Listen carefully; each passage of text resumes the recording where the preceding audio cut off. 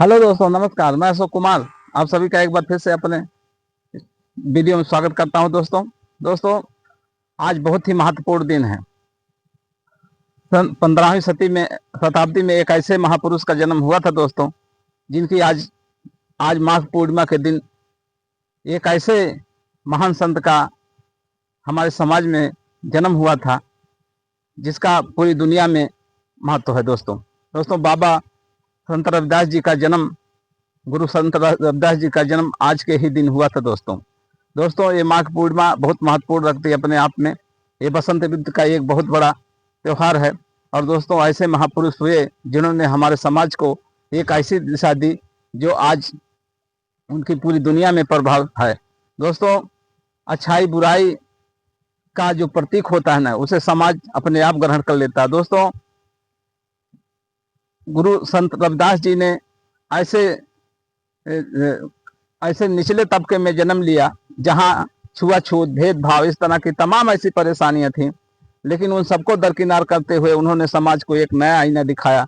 दोस्तों ब्राह्मणवाद इतने चरम पे था, छुआछूत इतना गहरा प्रभाव में था कि समाज में एकदम कटा कटा फिरने वाला एक ऐसा अंग जिसमें संत रविदास जी का जन्म हुआ। दोस्तों वो ऐसे महान थे कि जिनकी कृपा असीम थी। दोस्तों ये काशी के एक ऐसे गांव में, ऐसे घर में, ऐसे परिवार में जन्म हुआ जो दोस्तों दुनिया के सबसे निचले तबके में आता था दोस्तों।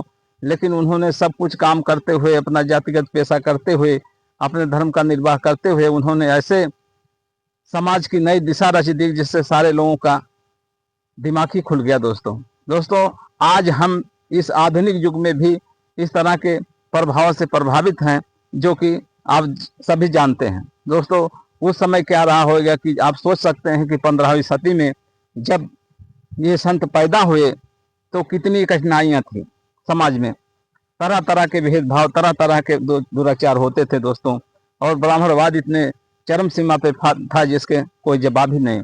दोस्तों मैं यही कहूँगा कि ऐसे संत कभी कभी पैदा होते हैं जिसका कोई हिसाब ही नहीं है। दोस्तों उनको किस तरह से हम आप देख सकते हैं समाज में, आप सभी जानते हैं कि उन्होंने अपने कठवत से कंगन निकाल के ब्राह्मण को दिया, और तभी से एक कहावत सिद्ध हो गई कि मन चंगा तो कटौती में गंगा। हुआ क्या था कि एक बार सभी लोग गंगा नहाने जा रहे थे, और रास्ते में रविदास जी अपना जो काम था जूता बनाने का, चमड़ा कठोत में भेजे थे और उसको उसमें से जूता निकाल के जूता बना रहे थे। तो ब्राह्मणों ने उनके कुटिलता पूर्वक उनका उपहास किया और उनसे पूछा कि क्या आप गंगा नहाने नहीं चलोगे।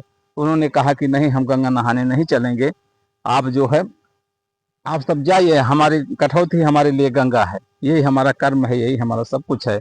दोस्तों उन्होंने क्या किया, नहीं गए। उन्होंने अपने थैली से एक चवन्नी जो उस जमाने में चलती थी उसको निकाल के दिया उन ब्राह्मण को, और कहा ये हमारा जो है ये गंगा जी को चढ़ा देना, हमारा पैसा।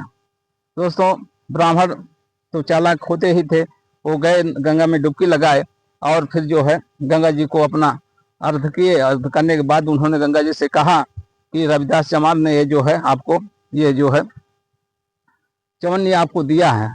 इतने में गंगा जी से हाथ निकला और वो जो है उन्होंने एक हाथ से वो पैसा लिया और दूसरे हाथ से एक सोने का कंगन निकाल के उनको दे दिया। जब दे दिया तो ब्राह्मण ने अपने आप से वो बहुत खुश हुआ, और उसने क्या किया, वापस आने के बाद वो ब्राह्मण कंगन अपने साथ ले जाता है। ले जाने के बाद उनको कुछ नहीं पता चलता, फिर वो कंगन जो है कैसे कैसे राजा के दरबार में जाता है, काशी नरेश के दरबार में जाता है। और कंगन में क्या होता है कि वो कंगन इतना खूबसूरत होता है जिससे कि मतलब उसकी खूबसूरती देखकर रानी मोहित हो जाती है, तो उसका दूसरे कंगन की मांग करते हैं। अब ब्राह्मण पे इतना दबाव आ जाता है कि अब उनको मरने जीने की नौबत आ जाती है। फिर वो आके भागे भागे रविदास जी के पास आके उनके पैरों में गिर जाते हैं और कहते हैं कि अब आप ही संभाल सकते हैं, ऐसी कथा है। फिर उन्होंने कहा आपको चिंता करने की कोई जरूरत नहीं है। उन्होंने कठौत में सीधा हाथ डाला, और हाथ डालने के बाद तुरंत जो है एक दूसरा कंगन सेम उसका निकाल के उनको दिया, और वो फिर खुशी खुशी लेकर दरबार में पहुंचे। तो इस तरह से दोस्तों उनको दूसरा कंगन प्राप्त हुई रानी को, तो रानी खुश हुई, उनसे ब्राह्मण को जीता दान मिला, और फिर जाकर उसी दिन से उनका जो है प्रभाव बढ़ने लगा। तो दोस्तों बढ़ते बढ़ते तमाम ऐसे समाज में चैलेंजेज आए कि जो है कि उन्होंने स्वीकार किया और सबको परास्त किया अपने शास्त्र द्वारा, जबकि पढ़े लिखे नहीं थे, उनको पढ़ना अलाउड ही नहीं था। उस समाज में, उस जिस समाज से वो बिलोंग करते थे, उस समाज में उस टाइम पढ़ना लिखना सब मना था दोस्तों। लेकिन फिर भी वो बगैर पढ़े ही हर चीज जानते थे, इसलिए वो निराकार परमात्मा के स्वरूप थे दोस्तों। उनकी महिमा गाना कोई आम बात नहीं होगी। मैं तो एक छोटा सा आदमी हूँ, लेकिन उनकी महिमा इतनी अपार है, पूरे विश्व पूरा जगत जानता है। मीराबाई जैसे संत उनके शिष्य हुए, जबकि वो एक राजघराने से थी। तो दोस्तों इस तरह की तमाम गाथाएं हैं। आज उस महापुरुष की जयंती है दोस्तों। हम ये ना भूलें दोस्तों कि अंधविश्वास जिस चरम पे था आज भी है, लेकिन दोस्तों हम अंधविश्वास के डगर में ना फंसें, अपने आप को खुद आगे समाज की मुख्य धारा से जुड़ें और इस अंधविश्वास को त्यागें।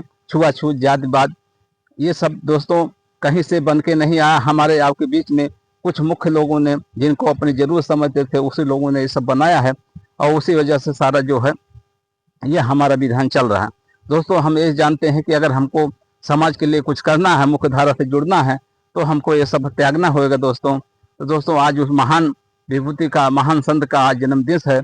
इस मौके में आप सभी का हाथ जोड़ के विनती करता हूँ, आप सभी जरूर करें और मेरे चैनल को जरूर से सपोर्ट करें दोस्तों। मेरे चैनल को लाइक करें, शेयर करें, कमेंट करें दोस्तों।